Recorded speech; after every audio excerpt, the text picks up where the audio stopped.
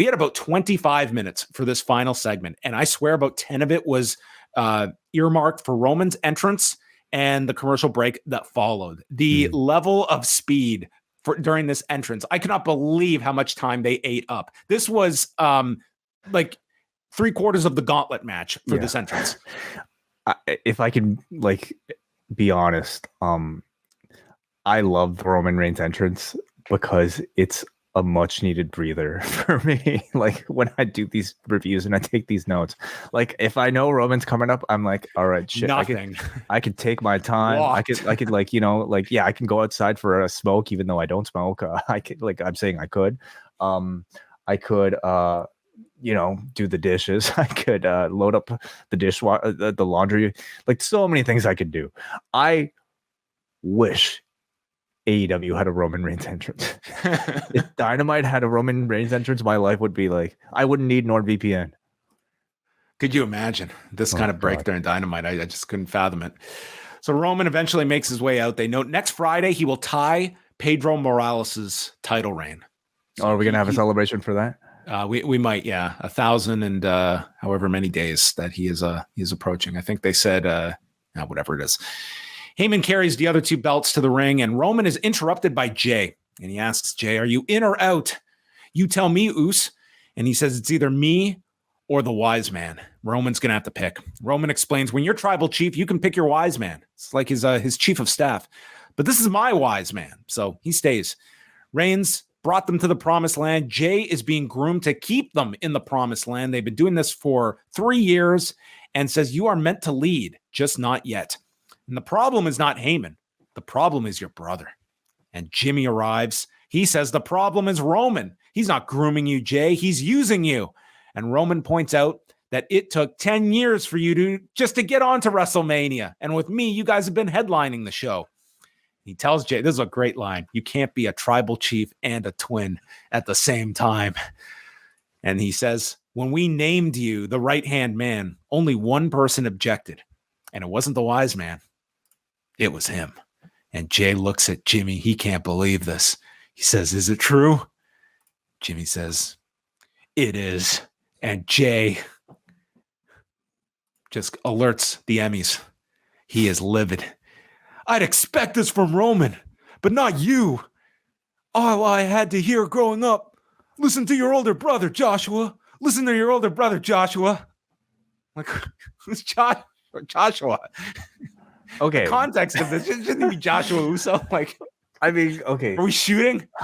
Yeah, we are shooting. Okay, and wrestling will go into this. Like when wrestling goes into shoot names, it's definitely overused. It's definitely cliche almost at this point. I thought it was effective, and I think you could at least explain it in saying that Jey could possibly be a nickname for Joshua. Real name Joshua Uso. Nickname Jey. That's the other thing. I mean, are their last names Uso? Come on, how are they related to Rikishi if their last name is Uso? See, I can take the last name as honoring their heritage. Didn't we have Samoa Joe call Roman Reigns Joe? Samoan Joes. That's it. Yeah. He's heard this is growing up. This part is real, John. The rest is all, in this fictitious we got the whole life story of Jimmy Uso here. The prom king, most likely to succeed. The older twin by however many minutes. And he said, I stepped up when you got hurt. I headlined. All because of him, pointing to Roman Reigns. So he looks at Jimmy. You're out. And I'm out too. And he super kicks Roman and this place goes nuts. Like, you truly did not see, maybe people saw this coming, but I thought this was a great sleight of hand.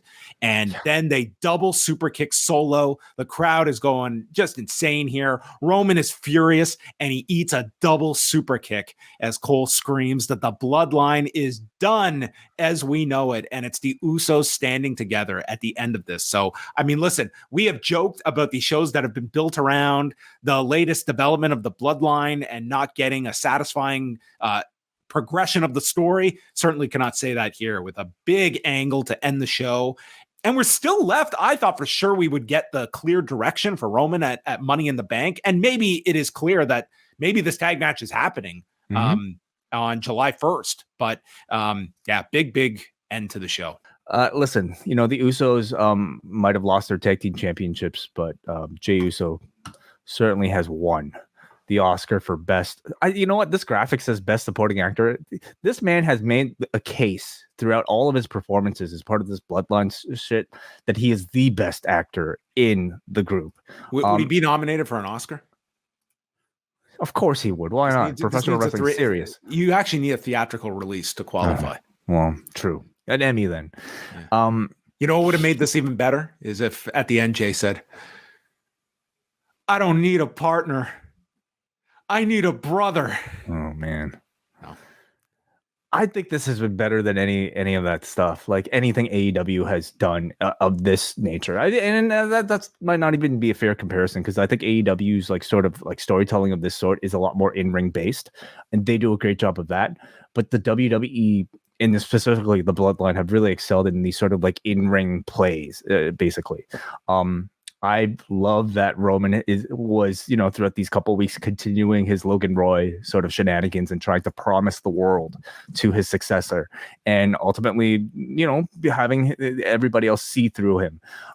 But that none of that would have been effective if Jey Uso didn't give this performance. He was so damn good here in convincing you that he truly believed in the words that he was saying. And they dug into like some interesting material that we had never really heard about before. The fact that, essentially he's insinuating that he's been having to live up to Jey or Jimmy this entire time. Jimmy was the prom king. Jimmy was the most valuable You're the player. Oldest boy. Yeah. You're the oldest boy. You're the eldest boy. Exactly. And no wonder he would be jealous of Jey being chosen for the right-hand man position. Some wonderful material there that you could have truly bought into it. And that's what made the diversion so effective, because you thought that he had such a legitimate reason to hate Jimmy that he was never going to turn on Roman Reigns. But once he delivered that super kick, boy, was it cathartic. It was every bit as cathartic as that Sami Zayn chair shot to Roman Reigns at the Rumble, in my opinion. And that's a feeling that I wasn't really expecting to still continue to get from these Bloodline angles. I've been of the opinion that they've kind of like, been retreads as of late, especially like now that Sami Zayn has been out of the picture. But man, tonight was good. Tonight was really, really good. What do you think is the Bloodline match at Money in the Bank? It's got to be the tag team match, don't you think? I don't know where you go at this point. Like we were thinking at one point, like you really felt like you could get away with Jimmy as the challenger. Then it was flowing towards Jey. And at this point, like Roman is advertised for this show. I would say you could hold off on this tag match to SummerSlam, but I don't know what you do with Roman on the show other than the tag match. I have to think that at SummerSlam you get a Roman Reigns title match. Yeah, right? And maybe that's the case. Yeah, I think Roman could okay, let's say you give one of the Usos the win. What's the match you go to for the title at SummerSlam? Whoever pins him. Yeah. And I think it should be Jey. Jey's the hot one. Yeah. Jey's the long-term story. Yeah. Like Jey Uso versus Roman Reigns at SummerSlam for the championship, I think is good, is big. So for that There's reason, certainly no one else that's ready for they're not grooming anybody for that role for SummerSlam. Like it seems as though you can get a big match out of Jey.